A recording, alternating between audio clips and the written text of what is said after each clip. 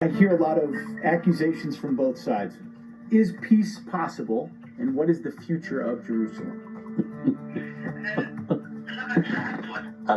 Peace comes after justice. If justice prevails, then peace comes. When justice prevails and the Palestinians receive their rights back, then peace will come. But Netanyahu saying that Jerusalem is Jewish only, it means that there is no Arab, no Christians, no Muslims are in Jerusalem. This issue is rejected, and it is racism, and peace will not be achieved from Netanyahu's talk.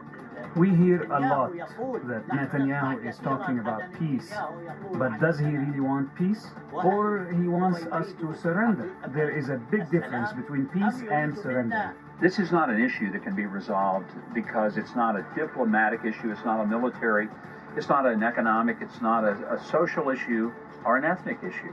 It's a religious issue. And without understanding the theology that really does define the conflict of the Middle East, no one will ever really be able to figure it out. Is there a way that there can be a peaceful existence of people, both Muslim and Jew and Christian? Yes, there is. But to think that this is going to be carved up into a nation that is part Jewish, part Muslim, part Christian, let's say, and part maybe nothing, is unrealistic.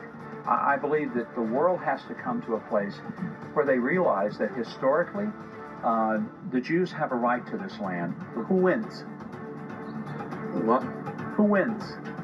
In the end, who gets control of Jerusalem? In the end, the Isa alayhi salam, the Messiah, a lot of scholars in the Islam, a lot of imams, say that the Arab world and the Islamic world must cooperate in a lot of things, and there will be a solution from the God. Allah will let us all together see a solution, because we are now about 70 years without a solution, and the conflict is getting much more worse, you know. On a geopolitical level, it could be resolved by all parties recognizing their connections and respecting each other's connections to the site.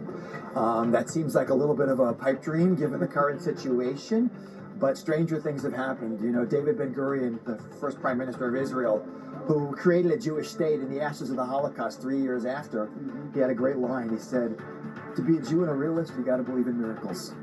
If there's one thing for certain, the battle in the holy city of Jerusalem will continue for a very long time, maybe even forever.